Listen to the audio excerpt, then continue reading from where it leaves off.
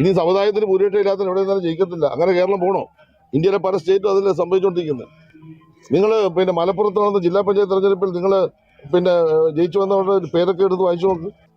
മന്ത്രി സജി ചെറിയാന്റെ പ്രസ്താവന എത്ര ആപൽക്കരവും അപകടകരവുമായ വർഗീയ വിദ്വേഷമുണ്ടാക്കുന്നതിനുള്ള പ്രസ്താവനയാണ് ഭരണഘടനാ പ്രകാരം സത്യപ്രതിജ്ഞ ചെയ്ത് അധികാരത്തിലേറിയ ഒരു മന്ത്രി ചെയ്തിരിക്കുന്നത്. എന്താണ് ഇതിൻ്റെ ഉദ്ദേശം?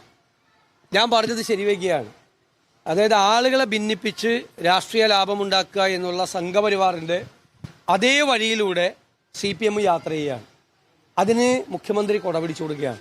മുഖ്യമന്ത്രിയുടെ അറിവോടുകൂടിയാണ് ഈ രണ്ട് പ്രസ്താവനകൾ നടന്നിട്ടുള്ളത്. ബാലൻ്റെ പ്രസ്താവനയെ മുഖ്യമന്ത്രി ന്യായീകരിച്ചു. മന്ത്രിസഭയിൽ ഒരു അംഗം ഇതുപോലെ, കേരളത്തിൻ്റെ ചരിത്രത്തിൽ ഒരു അംഗം ഇതുപോലെ ഒരു വർഗീയ പ്രസ്താവന നടത്തിയിട്ടില്ല. ജയിച്ചു വരുന്ന ആളുകളുടെ മതം നോക്കാനാണ് പറഞ്ഞിരിക്കുന്നത്. എത്ര ക്രൂരമായ പ്രസ്താവനയാണ് ഇത്! കേരളത്തെ അപകടകരമായ നിലയിലേക്ക് എത്തിക്കും. നമ്മുടെ സംസ്ഥാനം ഉണ്ടാക്കിയ മൂല്യങ്ങൾ മുഴുവൻ കുഴിച്ചു മൂടപ്പെടും.